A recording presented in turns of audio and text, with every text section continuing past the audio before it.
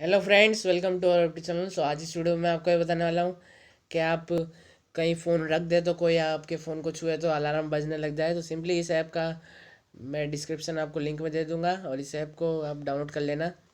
तो मैं ओपन करके बता देता हूँ।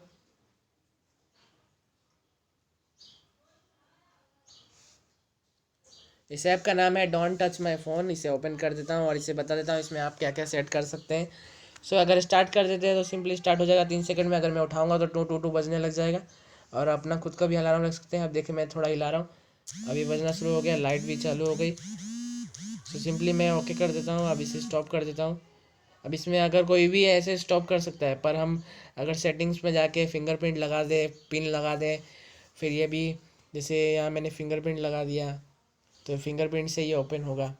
फिर कोई इसे रोक नहीं पाएगा जब तक मेरा फिंगरप्रिंट ऑन नहीं होगा। अब मैं स्टॉप करूँगा, नहीं होगा, नहीं हो रहा है फ्रेंड्स। अब इसमें जब मैं फिंगरप्रिंट लगाऊंगा तभी स्टॉप हुआ फ्रेंड्स।